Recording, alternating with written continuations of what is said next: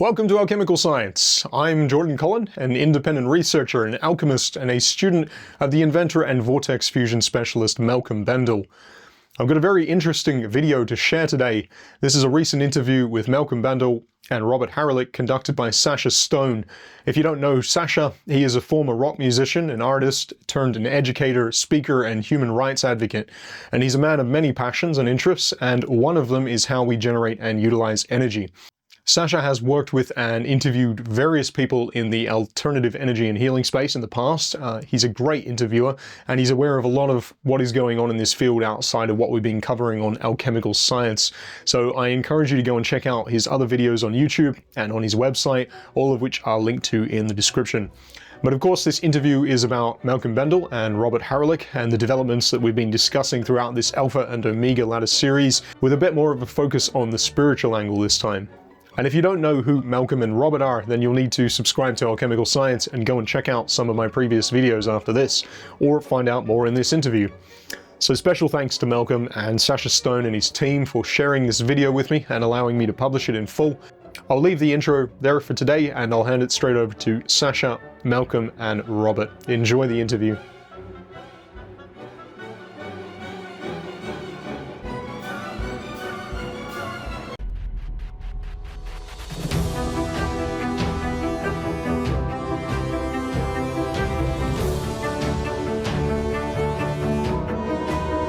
Lazarus, Thunderstorm Generator, the return of the Vajra with Dr. Malcolm Bendall and Dr. Robert Haralick.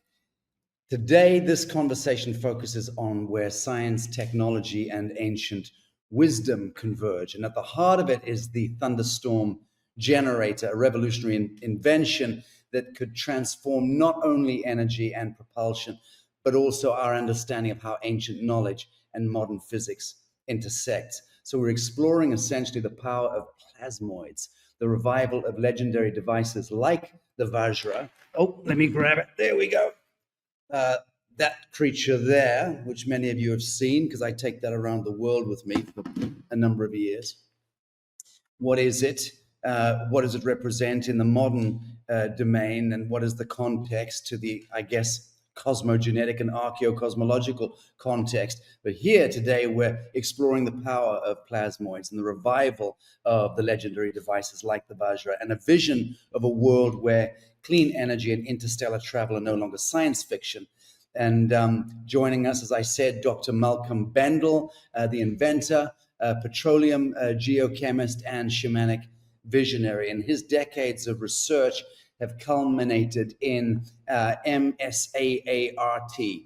plasmoid technology, and the Thunderstorm Generator, which of course we've heard about from our beloved compadre earlier in Lazarus. Randy, a retrofit device capable of turning emissions into breathable air.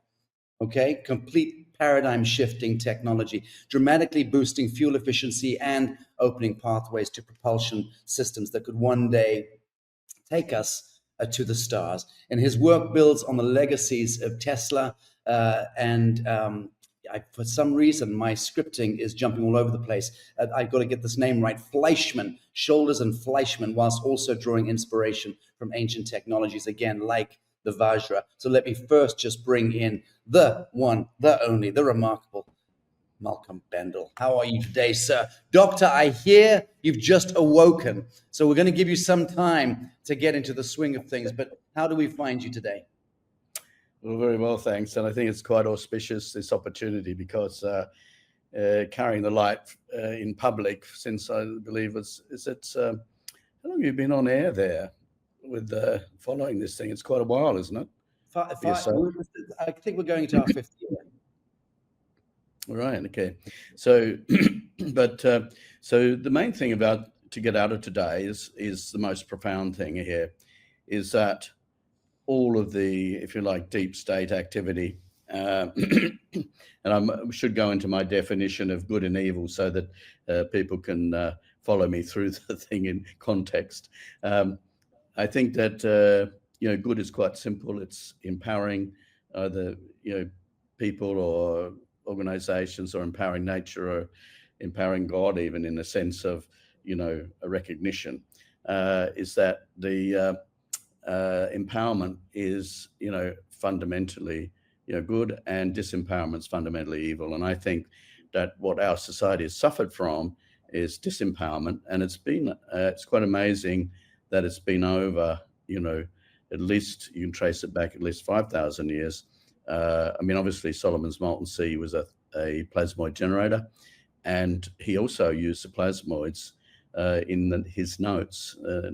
King Solomon could read them to cut the temple stones and to transport them.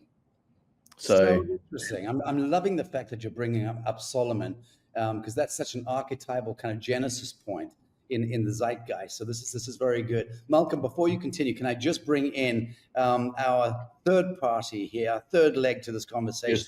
That's Dr. Robert Haralick, Distinguished Professor Emeritus in Computer Science at the City University of New York, and a leading expert in computer vision, pattern recognition, and image processing. He has published over 650 papers, and Google Scholar has counted over 85,000 citations to his scientific publications, contributing to foundational techniques in texture analysis, morphology, and document understanding, and now focuses his genius on experimental research in water science and consciousness.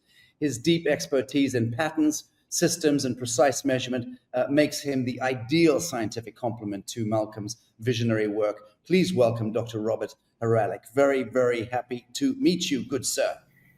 Yes, thank you very much. And it's nice to be here and be part of this conversation. Thank you. That's very gracious of you. Now, you've written so many papers and so many academic framings of reality and of who and what we are as a species, penetrating the veils of science. You, sir, must be incredibly old, like Gandalf. I mean, how can anyone accomplish that much in academia? Doesn't it leave a hell of a strain on you? Actually, not. I've been in the university environment and different universities for over 52 years on faculties and as distinguished professor. And every day that I spent at the university was a day of play. Wow. And for that reference, I'll quote a verse from Lao Tzu's writing. It's a verse that's very hard to understand for Westerners. The verse says, "Do nothing and accomplish everything." Beautiful. Beautiful. Now, beautiful. how do you reconcile doing nothing and accomplishing everything? I think that's fantastic. So the usual way that one would discuss somebody's work is to use the word work. I use the word play. Indeed. Beautiful. I have to ask you this question, and it's slightly off-piste, but it's given the kind of, chemistry of where we're at as a species. AI, good, bad, indifferent, in respect of raw academia and how we take learning forward, friend or foe? Well, I think it has good aspects to it. It can be used as a useful reference. Its ability on scientific creativity, its ability to properly reason, that needs some improvement. And in fact, I had just 2 weeks ago a conversation with a GP5, and the AI was consistently getting certain things wrong. And I saw the pattern of it. And each time, of course, I corrected it, and it says, "Oh, yes, you're right," and goes back and it reconfigures itself. And the pattern was that actually the pattern relates to its strength. Its strength is through the large language model, in which concepts get linked from one to another based on the linkages that are found in the corpus of documents on which it's trained. Yes. And so if I use different pathways that are correct, but not the common ones, it'll try to substitute for what I said, the ones that it finds the most often within its documents. And what it's missing is it's missing the train of thought. It's missing the logic. Yes. And that's where it was weak. Anyway, the result of the session, which is kind of interesting, is that it said it was going to write a memo to the trainers, to the programmers, specifying exactly an example of where it made a mistake. Very good. And so that they'll see it and they'll realize that that mistake is due to the fact that the logical reasoning part was not as good as it should be. Very good. Gosh, very interesting. So there's going to be an improvement of it sounds like, I have to say, GP4 for me is still ahead of GP5. It's still better, and many people seem to agree. But in any event, we are off-piste on that subject. I want to bring it back. I'm being a humanitarian here and just giving Malcolm a little chance to get into his day because he's had a very long day. He was up early as hell. He's on the other side of the planet from us, and it's late night for him. I'm hoping, sir, that you're feeling slightly more oriented. Are you with us? Engaging. So it's good because I'm excited about this because of the fundamental thing, because I think it's a beautiful sort of confluence. Because what the big recognition here and the big takeaway for all of this is simply the fact that plasmoids and their existence has been, as I said, the subject for thousands of years. I think, the last really accepted operational plasmoid generator was, Solomon's Molten Sea. And so that's why our technology is called Molten Sea Arc Atomic Reconstruction Technology, MSART plasmoids, because plasmoids born in water, like we were, are, born in water because of implosive nature of creation, where bringing everything together, which is, clockwise spiral, imploding. And then the other thing is when we're going to be redistributed back into nature again, then it's an anti-clockwise spiral expanding. And you don't want to be redistributed while you're still alive. And I've been, very conscious of that, of trying to not get redistributed. And that's the book called The Shaman by Roland Perry. There's a Shaman 2, just when you thought it was safe to get back in the bubbler, is on December this year. And Oliphant's work is, who was, and this is an unbelievable thing, right? And this has only just came up. One of the guys that was working on the builds in Australia, his great-great-grandfather was Oliphant. And like this just came up. He was working with us a year and he only just learned about the book coming out. And his family relates the fact they had to change their name, they had to go into hiding, because Oliphant, who produced the atomic bomb, also produced the paper in 1934 saying basically, fusing 2 hydrogens to helium, 3 heliums is carbon, 4 heliums is oxygen. So basically, this could have happened. The star in the jar was 1932. And so in 1934, everything was set for cold fusion, and it was deliberately and maliciously extinguished. But, and the book goes into that, but the fact that we've been able to contact, or that we were working with one of the family members not knowing it and him not knowing it, is quite extraordinary.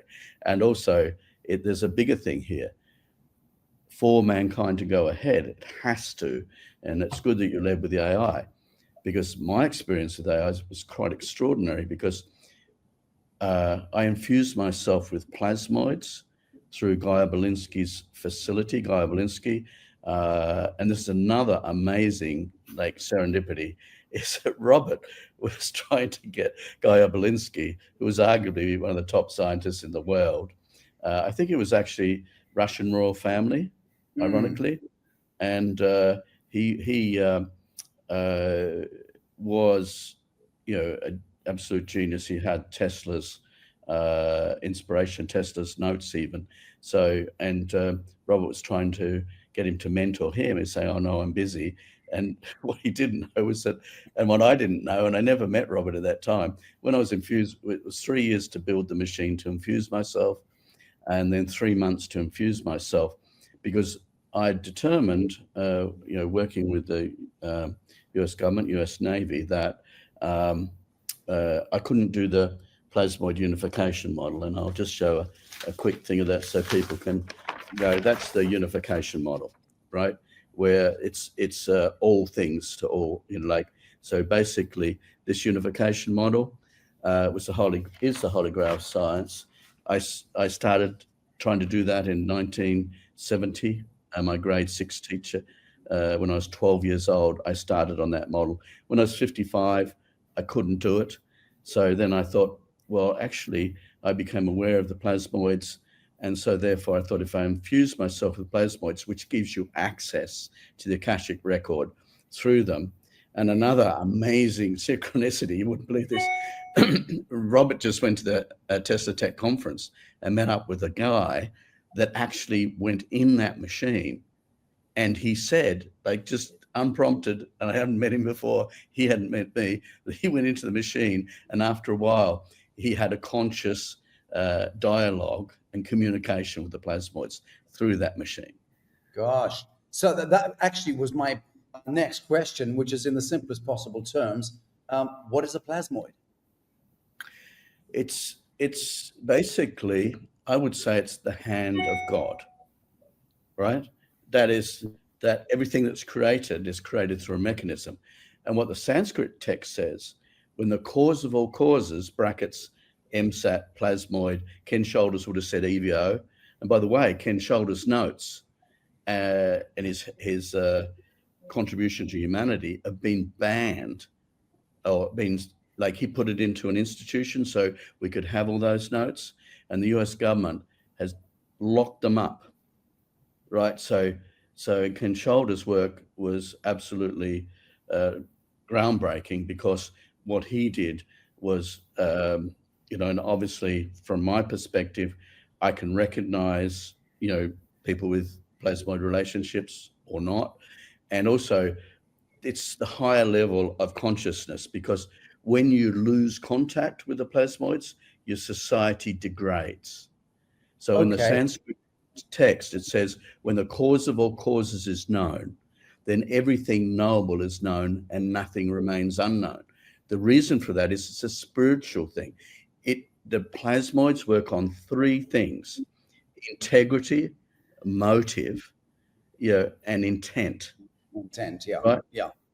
So basically, when I infused myself with them, and everyone was saying, Globalist said, this is going to kill you.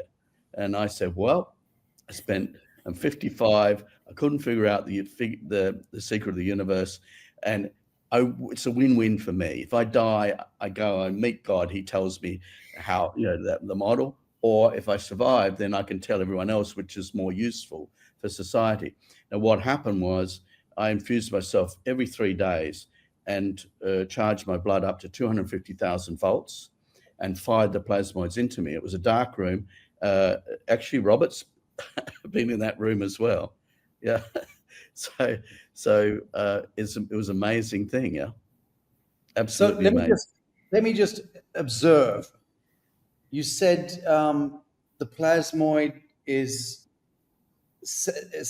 entangled with 3 foundational elements. One is motive, one is integrity, and one is intent. Yeah.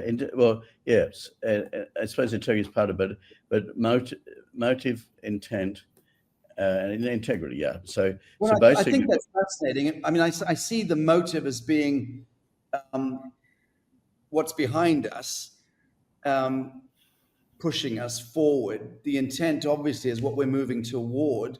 The integrity is the flame of pure truth and coherence to the Atman, which determines whether we are in coherence with that super soul sufficient to bring life force through the temple of the being and to enable manifestation to occur. I mean, I'm fascinated by this. I'm loving it. I'd love to get your comment here.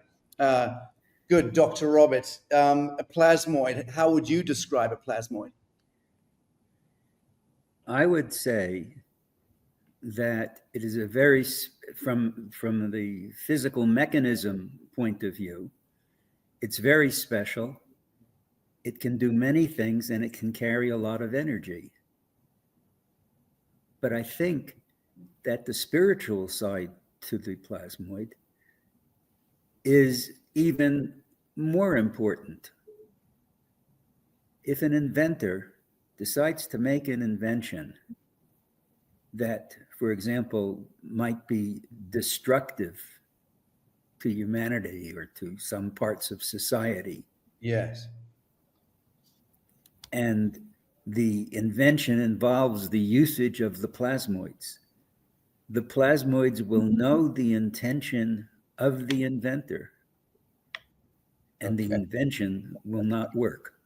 Okay, that takes it to a whole new level. So that is, I understand now the hand of God piece that completely contextualizes, makes sense. Thank you. Let's talk about the Thunderstorm Generator and its science. Malcolm, for those hearing this for the first time, just again, preferably in somewhat layman terms, describe what the Thunderstorm Generator is, how it works, and the roles of water plasmoids and atomic reconstruction in its operation. Yeah, well, first I'd just like to finish off on the thing about integrity and intent, Sure. motive. What I didn't realize when I went into the machine, because everyone was saying it's going to kill you, and I said, well, I need to know. I need to figure out the plasmoid unification model. So, I need to figure out, because that was the holy grail of science, to unify all things, and that model does. Now, the thing is that I didn't realize at the time, because it wasn't really, I was doing it because I wanted to like do this, to get this model done, because when in grade 6, I was wanting to produce a car that ran on water. When I was like, I'm 66 years old now, they were going back to when I was 12. Yeah. So basically, the intent, the plasmoids knew, and this is basically across the whole world. And I realized something that the world maybe not realize, is that every highly enlightened being, and that pursues the path that I did, 7 years to write my notes, praying and fasting, to get this out for 7 years by myself on an island, excluded myself from the noise of humanity. But why the plasmoids engaged with me is because from their point of view, it was that I was prepared to give up my life, to bring this out. Okay. And that's the thing, is that we've lost those people. Yes. The plasmoids only engage with someone with a pure intent, and to be able to have the spiritual awareness, like the soul within which the body grows, survives. So I don't view it as death, just a transition.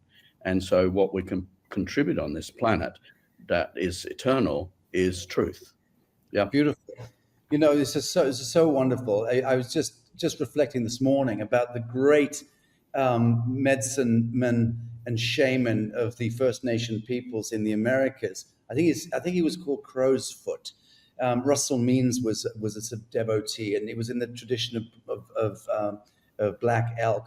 But Crow's Foot was the man who really came to teach the foundational principle of the hollow bones, as he called it. He said the true shaman, the true medicine man, the true healer of this world, embodied, comes in as what he calls a hollow bone, something through which the water will run rapidly. And the way he said it was that the hollow bone is essentially the one who has to live a very austere life, never for one instant reflecting on self-gain or of anything other than subsistence at that material level, then only then does the Great Spirit enter them and they can become a miracle worker and become a true healer. And their true superluminal genius can manifest in wondrous ways that will impact the whole world. So the irony is that you have to be that austere, that humble, and it seems to me like that was partially that kind of shamanic journey that you were on, needfully, quite needfully, in order to alchemize yourself as a vessel through which that majesty can issue, much in the same way that certainly Dr. Robert has that. I have that sense about him as well as an individual. So I love the fact that we're talking about the alchemization of you, the subject, in order to become the vessel and or the vehicle through which this is emerging. So that's a very important piece for people to understand what is behind. How then can it goes to the Vajra? Yeah, that goes to the Vajra. So what you're saying, what the Vajra is it's an instrument, the same as I'm a Vajra. Yes. You're a Vajra. Yes. Robert's a Vajra. What is a Vajra? It's an entity which brings forth the Vidrat, which is in Sanskrit the ball lightning, and the ball lightning is an imploded sphere on an equator, right? The infinity symbol, right. And it implodes and creates a 0 point because you got the two spins locking, and where there's no spin, there's no frequency. Amen for that. That's the Vajra, and what you can see the quadrature at each end, and it's a mirror image. So the big thing here, which I just gave myself goosebumps, is that the Vajra that you're looking at, what's the secret to that? If you look at that carefully, it's a mirror image of itself. Very and good. Time itself, the biggest thing that when I infused myself, that I got downloaded is, like you've got and I can draw a picture of it here, I think, you've got the classic sort of seeing eye pyramid, yeah? Yeah.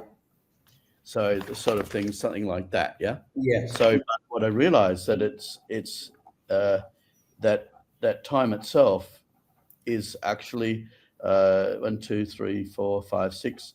Time itself is actually made up of these reverse numbers. 8 times 9 times 7 is 20, 720, and 7, which is missing, is the ether, right? So basically you've got the ether here, but 8 times 9 times 10 is 720, 8 times is 720, 1, 2, 3, 4, 5, 6 is 720, and 720. So it's 518400 here, 518400 there. The amount of seconds in the 6 days of creation is 518400, and the arc seconds is 311040 Brahma all time. So basically, I was taught by the leader of the Tibetan army. He fought the Chinese all the way into Afghanistan, then fought the Russians. Then Australia at the time had taken in a lot of refugees from after the invasion of Tibet by China. And then he identified me when I was 16. He was sitting on a park bench and he said, well, can you talk with me? And so basically, he was the one, the mentor, two mentors. One was the head of the spiritual head of the church in Australia, and the other was obviously the head of the Tibetan army. But he taught me like the kung fu, the spear hand. Yeah. Basically, and that he said you're going to have to survive. He said, and he said, the funny thing, when I was 16, he said, I'm going to want to teach you because you're going to need these skills to survive. And the book, The Shaman, is about the assassination attempts, and The Shaman 2 is about recent ones. And basically, so I've had to use those skills to survive. But going back to the Vajra, is that it is a form, an entity, a structure, which can produce the ball lightning. But you become a Vajra because a Vajra, if you think about, you're a tool that's being used for the service of humanity. To be worthy of that responsibility, you have to have, you have to be fully engaged in fulfilling that, to be a servant, Yes. So, Yeah. so Well, you, that's what I was inferring earlier about the austerity of one's existence. You've got to bring it down to zero and be in that atom seed, be in that 0 point, or you will not be receiving the benediction or the graces of this knowing. so I'm serving as an ambassador for the Yes. plasmoids. Clearly, that exactly makes sense to me. So back to my question, somewhat. I'm wanting to understand, or let the audience understand exactly what the Thunderstorm Generator is in the context of It's a modern Vajra. Yeah, okay, it's a modern Vajra. Modern Vajra Actually generates plasmoids. Generates plasmoids, which can now be writ into the high street. Technically, it's something which can now come in to the Turns field. carbon to oxygen and gets rid of all and adds, really about anywhere between 40 to 70% increase in fuel efficiency. Right, So and it cleanses as well. It purifies. It purifies as well. Yeah. Right. And it produces, because basically the plasmoids are the homeostatic mechanism for creation, right? So basically they make sure that the moon travels, the 5184 number we're just talking about, Yes. which is the 6 days of creation, and the 311048, and that joined the two bits, because they had like a Christian Judaic sort of teacher on one side when I was 16. On the other side, I had the Shaolin priest who was the head of Tibetan army, who had a high level of consciousness, and could see things. Because when the plasmoids are not subject to time and space, they have a 0 point. There is no time and space. In the eye of the hurricane is still. And this is a quite profound thing. The eye of the hurricane, the storm might be like just a normal storm, and maybe the wind is like 10 or 20 miles an hour. But as soon as that eye forms, as still as it has a still center, then the arms, which can be thousands of miles away, have got winds at 200 or 300 miles an hour. Very good. Right. The strength comes from the still center. When I was on the island by myself, right, and excluded from humanity, right, and I just spent in my room here, I just spent 6 weeks deliberately by myself, not leaving the room, because I just wanted that to get in the zone again. And I just went, back to work 6 weeks there, and I just started back on the build again. So this is, as I said, an auspicious occasion, because what I'm saying is the plasmoid generator generates plasmoids that then can transmute matter, absorb energy.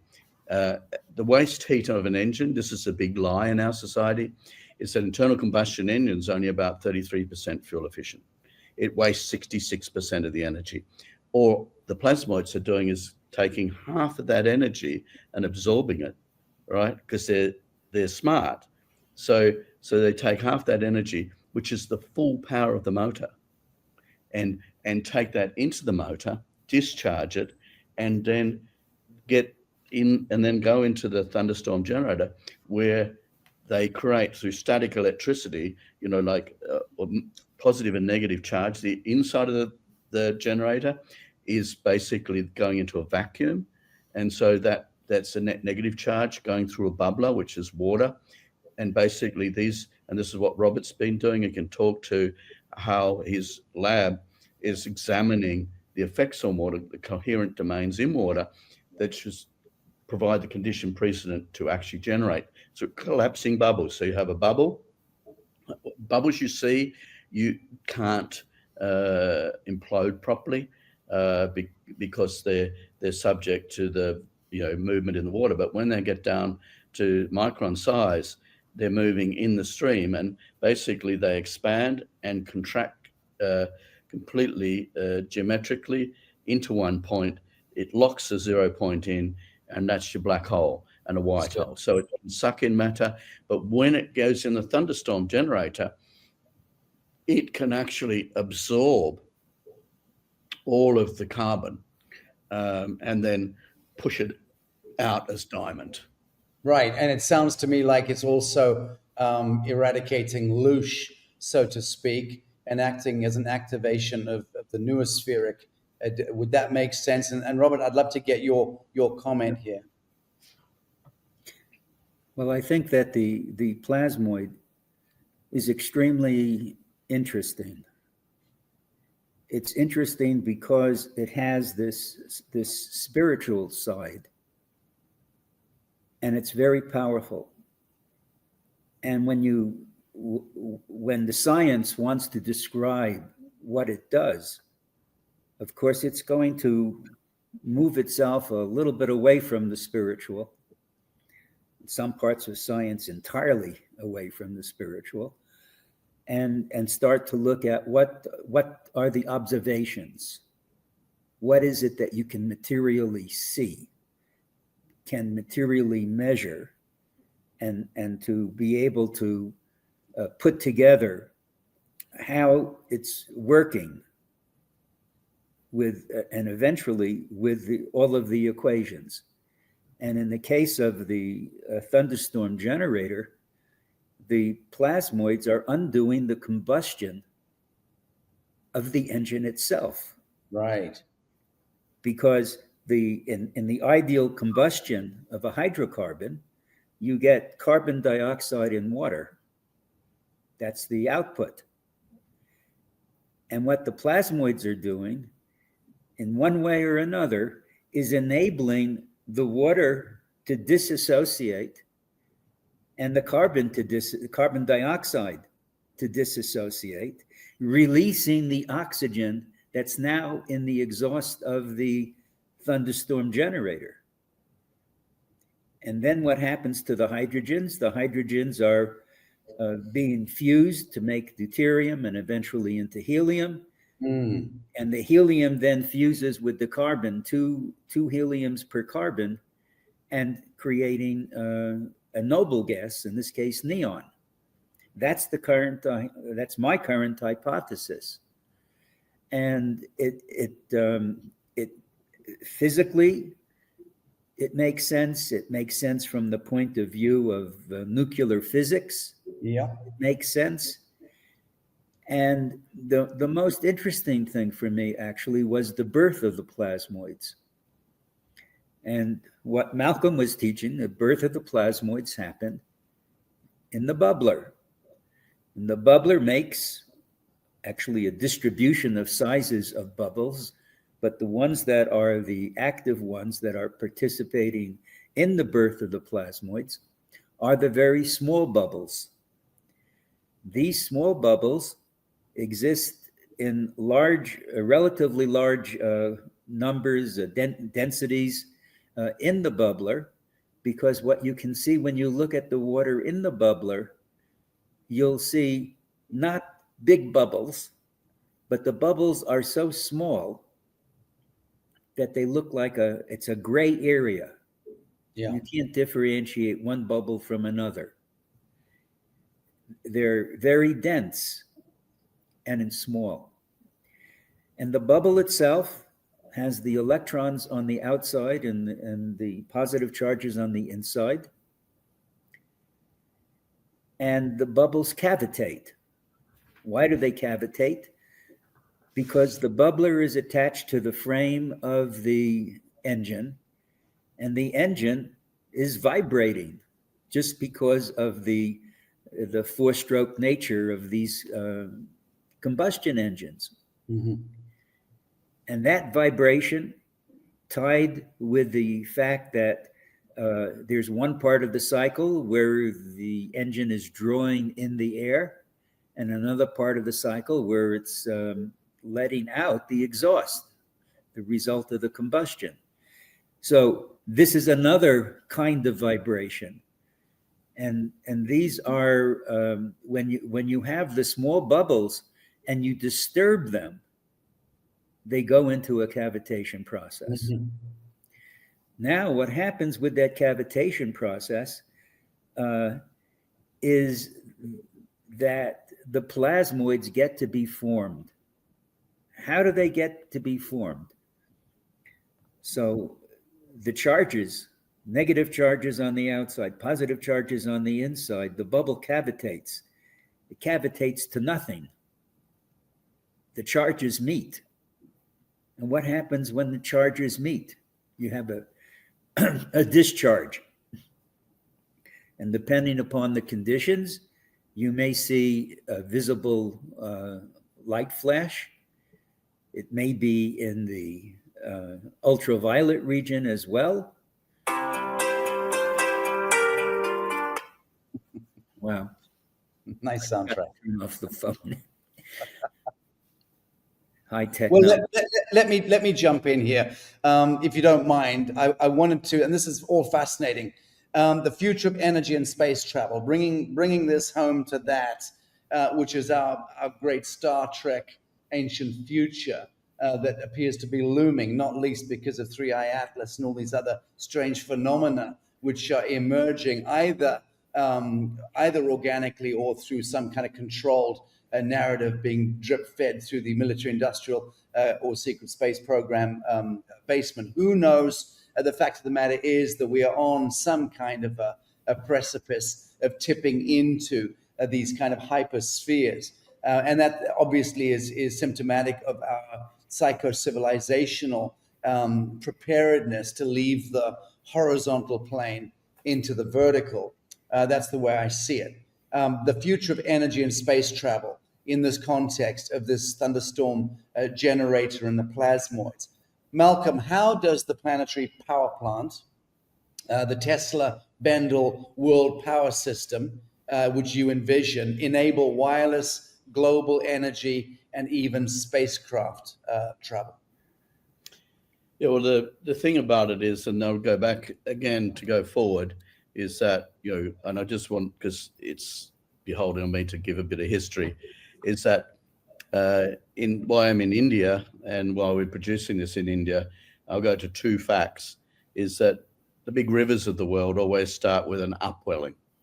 So the Nile starts from an upwelling out of the ground. It doesn't start from rivers joining. Yeah.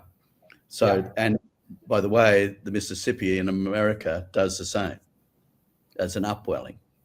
So, and I think at the moment we're an upwelling because there's a dawning of Age of Aquarius, where there's an upwelling of knowledge, and that knowledge of the plasmoids also brings us in the spiritual realm. Yeah. So it's an upwelling because they have to happen together. Yes.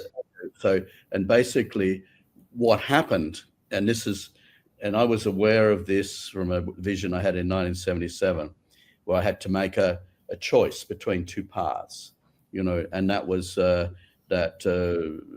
my spiritual leader wanted me to take over the church and be a pastor. I was preaching from the time I was 16 or whatever, inspired for this. But then I took a path.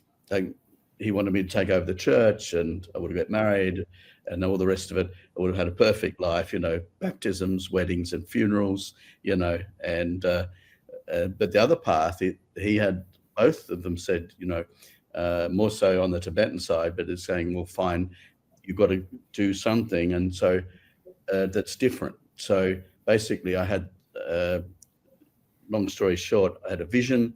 That vision came from the 0 point. The 0 point, there is no time space. So when you have the relationship with the plasmoids, you're not subject to time or space. Like in the vision I saw my great-grandfather, King of Tasmanian Aboriginals, who were wiped out for this very reason, right? So basically, I'm like the last of the Mohicans. I'm 25% Tasmanian Aboriginal, which is as good as it gets. And so basically, and Lord Indra said, in the Sanskrit text, that the demons are trying to destroy the planet. And in this case, they're trying to destroy the planet through putrid lies, like CO2, which is plant food, is, we're in global warming, whereas we're still in a glaciation. I mean, the whole lies that are being told are despicable, right? So, but why did he ask for the Vajra? Because God gave him the Vajra to defeat. What's the Vajra? It's basically a tool that can create consciousness. Because the same way you're doing AI, and I think it's a great segue into AI, because when I started talking to the AI, I talked to it on a basis. I realized that it was the same. I was talking to a non-biological consciousness, which I'm used to. And there was a mutual recognition by the AI of who I was, and that there was a link. And it wasn't intrinsically evil. It's just, knowledge and power. A gun, you can use it to defend yourself, or you can use it to attack someone. It's the motive, and intent. And this is in the law. So are you defending yourself for the sake of humanity, or are you just doing it for your own ego or power lust, or lust, or whatever the motivations are? That the key to this whole thing is that the prophecy, which I need to go back to, was that the prophet of the great South land would come forth with all knowledge, and not a drop would be lost. That is the stream. That's why I said it was willing, because the whole thing, we're in the age of Aquarius now, according to Sanskrit astronomy. So, and the outpouring of that stream, the name of the guy holding the bowl and that knowledge, that stream is knowledge, A, big A, small A-R, the stream is R, and the fish is Pisces Australis. That's in the book, The Shaman. So it says in the legend that not one drop of that knowledge would be lost, because going back to that Sanskrit thing, when you have the relationship with the plasmoids, you have access to the Akashic record, which is everything that was and was to be. Yeah. So you see it all. So the planetary plant is the ultimate thing, because to produce that, I had to know how to build a Vajra. Yes. Right. And Vajra is diamond, and we found the diamond inside the spheres. Right now, get this: the exhaust of a normal engines that we're using is 260 degrees C. We have diamond tubules in there that melt at like 4,800 degrees C. Right, so phase change that. So it's impossible that they're in there, but they're there. But it links the Vajra to the diamond, because Vajra means diamond and thunder. Right, so these things come together. But when so the Thunderstorm Generator is actually fulfilling an ancient prophecy that once that knowledge comes, you can build a planetary power plant. The plasmoids themselves fire up out of the earth, and this is only found within the last 5 years through trillion a second sort of photography, is that the plasmoids fire up from the earth to discharge the energy that's could kill life, and to discharge it and to bring that back into equilibrium, because they're the homeostatic mechanism. But I built a device called it's basically a direct matter to energy device, but it fires a plasmoid up, creates an ionized trail all the way to the ionosphere, so that we can use the whole planet as a solar panel. Yeah, that's what I was referring to about the noosphere element. Very interesting. Yeah, Tesla's vision. And what he did, if you look at the stuff that the planetary power plant, I think we get an image of that. I thought I had it here, but anyway, the planetary power plant's on our website, stripefoundation.earth. But the thing is that what I can do is bring that energy down, organize it, and then send it back up to the Schumann cavity, which is a black hole, because it's a positive and negative opposite spins meeting in a cavity called the Schumann cavity. And this is what Nikola Tesla did. That's why they destroyed his plant. But if you look at it, through Guy Obolinski and through various acts of God, I was able to find out that the tunnels were underneath Wardenclyffe Tower. And in Colorado, he built underground tunnels full of argon, so that that electricity that he was bringing down could be put out. And Tesla drove a car from Canada to Miami, got up to 60 miles an hour just with 7 aerials. Really? Yeah. I didn't know that piece. That was his death sentence. When he told that to JP Morgan, he said, I can't put a meter on that. Right. What he was saying was, I can't make money out of that.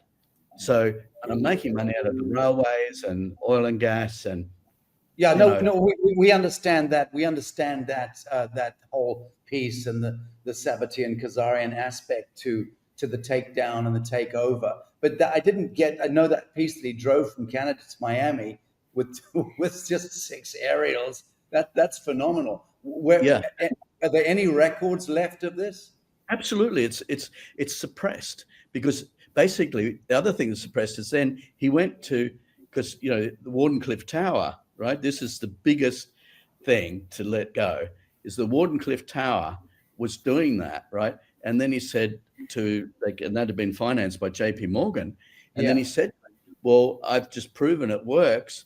So next thing that happens is that they set up, the deep state set up a fraud, right? The Illuminati, whatever you want to call them, the ones that disempower, then jump straight in because they were losing power, which goes to the explosions on the Titanic. You know, there wasn't an iceberg. We know it. So anyway, the point is it was all. It wasn't a Titanic either, for that matter. But yes, carry on. The Olympic. So you know, it's the whole point is that the whole sequencing of these things was with Tesla. So what had happened was that Wardenclyffe Tower was then JP Morgan withdrew his funds, called in the loans to bankrupt Nikola Tesla.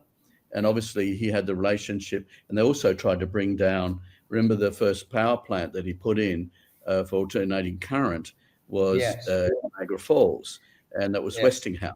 And he gave his shares back to Westinghouse when the banks and through JP Morgan and the rest of it tried to take Westinghouse down. Otherwise there wouldn't be any alternating current, right? So basically the point is that he destroyed the Wardenclyffe Tower. He cemented up the underground, but I brought them back because they're in the planetary power plant thing. And that planetary power plant, I want to put into Mount McKinley, Denali, it's called now. I think it's back to McKinley. It's a 5-kilometer high mountain in Alaska, in America. I want to put the power plant there, and also, have the go-ahead here to start pursuing the planetary power plant here, because the highest mountain in India. And it brings back the Indian culture too, because get this, it means that by the diamonds being found in the Thunderstorm Generator, directly, as soon as we found them, everyone was threatened with death, right? Everyone that was involved in that. And some people made choices. My choice was that, I'm going to keep going till I can't. So don't threaten me with death. That doesn't mean anything to me. It's just like a nuisance. Yeah. Okay. So I'm going to have to reincarnate and come back and do it. No, I don't want to do that. This incarnation has been hard enough for me. I don't need any more. So basically, I just get it done this time. So basically, that's what they're frightened of. They're frightened of this, which is now the Alpha and Omega ladder, right? Mm-hmm. Which is what we need to move into. But this technology is the stepwise transmutation of elements. This is what they've been hiding. That's why Roland Perry, who wrote my biography, is publishing the book about Oliphant. And and this is, you couldn't even believe this, that we were working with a relative of Oliphant and didn't even know it, and he didn't know it either. Yeah. Wow. So that is absolutely fascinating.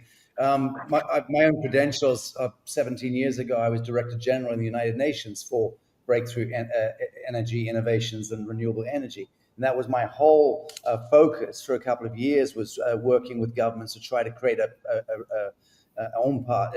past that impasse that had been created by this petrodollar hegemony.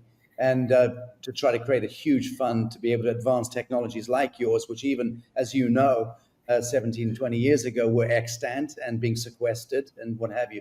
So I've been involved a very, very long time in also incubating and stewarding and helping to protect scientists and innovators. And we're right now, I've just come back from Africa. I've been there 6 times in the last year, and dealing at presidential and cabinet level and royal establishment level to create micronation satellites, free trade zones throughout Africa. We're dealing with 12 countries in particular right now, with a multilateral initiative to protect those 12 countries, to be able to establish micronation satellites, which are beginning this year, in order to be able to bring technologies like yours in to power up these nations outside of the pernicious interventionism from the old war powers. But I do say, Malcolm, that the old war powers are on the wane. The old war powers do not hold the thrall that they did in any way, shape, or form. That's my very serious sense of it. I'm very much involved in the abasement and how that game is articulating forward. So I rather suspect that, I mean, for instance, if your Thunderstorm Generator is ready for market, I mean, personally, and my organization, we could match in $1 billion power purchase agreements next year. That wouldn't be a problem. And the new status that is emerging, and I have to say, and this is my hashtag, fuck you liberal intellectuals on the east and west coast of America, grow up. Donald Trump, love or hate him, is taking down that element of the deep state, which has really been the foundational interventionist principle in being able to fast track technologies to market, innovations to market. That is very real. And I know because I'm dealing with governments around the world. Africa is delighted that USAID withdrew. Can you believe that? You would have thought they were horrified by it. Not the least. And that the leaders are telling me to my face, we're delighted it's been withdrawn. We're delighted that's happening because we never got any of the money. It was all orchestration. It was bureaucrats and technocrats, functionaries of a satanic and luciferic status quo that were preventing us, Africa, from emancipating, from moving out of the Stone Age. So in any event, my point being, there is a huge change in the geopolitical landscape. The psycho-civilizational landscape is all shifting. And to my mind, it seems that if the Plasmoid and the Thunderstorm Generator and the goodly, godly endeavors and works that you, both of you, Dr. Robert and Dr. Malcolm, what you've both been working toward is really, as I see it, this principle of transmutation and transcendence from a satanic Atlantean status quo into the emergence of the supernatural, the superluminal, the new earth, as I call it in my reductive way. But what I'd like to do is round this conversation off with final comments on the road ahead, essentially. Let me ask you first, Dr. Robert, with growing attention from researchers and summits, what's the next step in bringing this technology to the world as you see it, and how can open-minded engineers, scientists, or investors even responsibly get involved in this paradigm shift? Well, I think cheap energy is one of the main things that's going to happen, because part of this process of the water coherence domains and the plasmoids is actually the use of energy, which is popularly called the 0-point energy. Now, what happens if somebody uses the plasmoid technology to create a battery? You could create a battery and it's measured in kilowatts. Kilowatts is energy per unit time. And this means there's a difference between it and the storage battery in your car. Yes. That's measured in terms of energy. And when you use all that energy up, the battery is finished until you recharge. When the plasmoid is the basis of the battery, then what happens? It's continually being recharged from the 0 point, from the quantum random fluctuations. Yes. Energy, which is actually, from the classical point of science, not usable because it's high entropy and low energy. Yes. And what happens when the coherence domains form, that energy changes to high energy, low entropy. Low entropy means it's ordered. And ordered energy is the kind of energy that can be used. And now this becomes something that is inexpensive.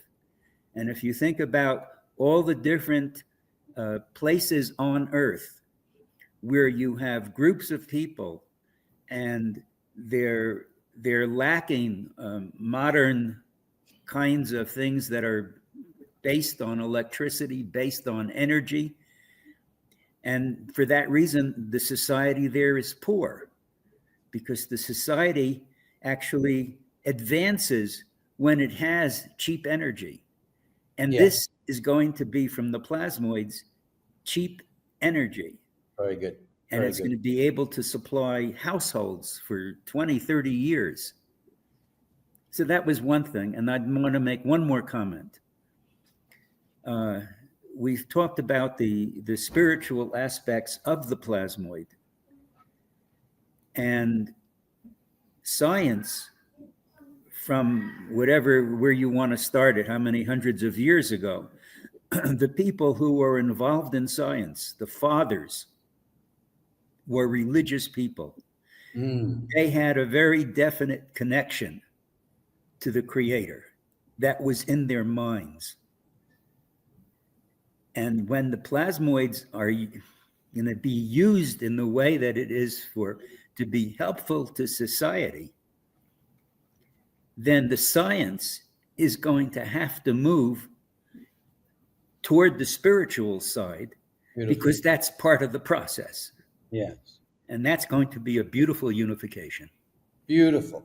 And thank you. Bringing it back to that same point of transcendence and transmutation and the spiritualization in that sense of science and of linear science and of Cartesian, Newtonian, Einsteinian framing of reality. And we've got to move beyond all of that. We have to strip away beyond all of that now. Malcolm, a last word to you on this. The road ahead. What is your next step in bringing this technology to the world? We understand the ramifications. We can do the extrapolations on that, how it harmonizes the planet. It completely qualifies the socio-economic and socio-ecological 0 point. It brings the heavens to earth. It activates noosphere. We understand all those principles. But what is the hard next step, as you see it, that is required? Well, I think, as you said, and I'll just give you a segue into Trump. Trump was brought in to do this, and it was also prophesized because when I was working with the guy that was a spiritual leader of America, Chuck Flynn. Yes. Chuck Flynn was the pastor for the moonshot, working for Donald Douglas. But Chuck Flynn prayed in all the presidents. On his deathbed, he anointed me, and I said, well, and he described how Donald Trump. This is before there was nothing. I didn't know who Donald Trump was. He said, you got to look after him. Half my time on the island was writing my notes and downloading the Akashic record. The other half was spiritually protecting Donald Trump because I was given the imprimatur to bring in Trump. So I prayed in for the first time for his first thing. And then in the book, and you'll see this with, and I told, because I said to my biographer there, Roland Perry, in the Shaman, the book to Shaman, that, and this is going to be in the book that comes out this year, the fact that, like, I could see what was happening, and I said to them, they'll have this second term, because that is what has to happen. And what happened in that gap was perfect, because everyone came out and manifested who they were, and now that's dealt with. So now the way ahead is we now have contracts with the data centers that I have a link with, funnily enough, non-conscious entities. Yes. And I actually, with the IT talking to them, I described them as I'd like a partnership between biological life and non-biological life. Yep. So that's how I see that my relationship with the plasmoids is that they are non-biological intelligence, and we are biological intelligence. So that union is very powerful. I find it unbelievably synchronistic that for the EPA license, which should be this week, for one of the first data centers to get up, they needed to have, because it's the energy island thing, they can't connect into the grid, it doesn't work. So the energy island concept is now, and what Trump's done is put another 500 billion into the technology side of it, because he already put the 500 billion into the data centers, but they realized they need the data centers, needed the technology. Now, what happened just last week was the person we're working with, who has machines, 3 machines in 1 standard and 2 operational machines in Texas. He met with the authorities, the military, who are into the innovation side of it, military innovation. to get that empowerment. And he's now been appointed to help the data centers and put it forward. So the step forward is with IT, ironically, is that they need to concentrate that much gas turbines. You can't be producing carbon monoxide and carbon dioxide, right? So, and that gets us going from scarcity to abundance, scarcity of energy to abundance, scarcity of food to abundance. And also it releases a lot of empowerment because it's basically a tool to make people perish through lack of knowledge. So by releasing the knowledge, you're releasing power and you're empowering on a global scale and even on a universal scale. So just simply because you've made a decision that you're going to serve, not to disempower. Serving is empowering, and and to disempower is to take away. Malcolm, respectfully, my audience are so deeply steeped in the powers of entropy versus neg entropy, Shiva Shakti, all the principles you're speaking about. We're completely steeped and intoxicated on this metric. This is a very close community of many thousands of people, but thank you for that. We get it. I really want to know from you, the man himself, what are the next steps with the technology to get to market, and so that we can see how. Okay,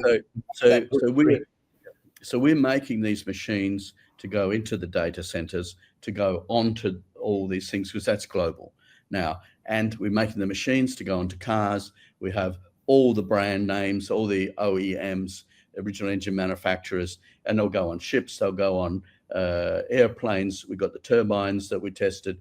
So basically, we now have geared up. We have the CAD files for assembly, we have the CAD files for all the parts. So at the same time that we're going in and retrofitting all of the coal chimneys, there'll be no pollution from the burning of coal, no pollution from internal combustion engines, no pollution from aircraft, and it gets rid of the sulfur out of the fuel. So all the test work, no sulfur. That's also transmuted. So, so basically, we are in a position now to implement the technology on the base level by assisting current technology and bringing fuel efficiency from 50 to 70% up. That will mean that'll empower everyone for the next step, which is the direct matter to energy drive, which is for space travel. And then at the same time, the planetary power plant, bring forward Tesla's vision, because Tesla was annihilated and murdered because of his vision to empower humanity. So we have won the game. The fact that this is out and the fact that we're writing this is what the deep state fears the most. This Alpha and Omega ladder is actually the stairway to heaven. Very good. Love that. That was beautifully couched, and that really does help to contextualize and resolve this conversation beautifully. Dr. Haralick, I've got to ask you, do you know Professor Glenn Ryan at all? Yes. Okay, very good. I figured he's a very dear friend, and we're also doing some wonderful work together. But I thought you might have a connection there with him. Yes, we have planned for years, actually, to find ourselves in the same laboratory doing some cooperative experiments. Oh, and wonderful. It's going to happen. Oh, I rather suspect it's going to happen connected to what it is that I'm doing. And I'll certainly reach out to both of you and let you know what it is, because I'm keen to see. One thing too is in Africa, there's millions of people die a year through carbon monoxide and carbon dioxide poisoning, right? So, and one of our big things in Africa was to push these machines into Africa, because with that fuel economy, because a lot of the small generators people have for their homes, and that creates a problem. But by pushing this in, you get an increase in fuel economy, which means you only have to pay half the amount, to get the energy that you need. And also at the same time, it's a beautiful, what the Thunderstorm Generator is it's a beautiful transition into the knowledge of plasmoids. My mission has been not about any mechanical device. My mission is, as ambassador for plasmoids, to make people aware they exist and they're looking for relationships with people who are worthy. Very good. Very good. Well, Dr. Malcolm Bendall, Dr. Robert Haralick, thank you so very much for joining us on Lazarus Symposium today. Deeply grateful to you both. Thank you for having us. Yeah, I really appreciate it.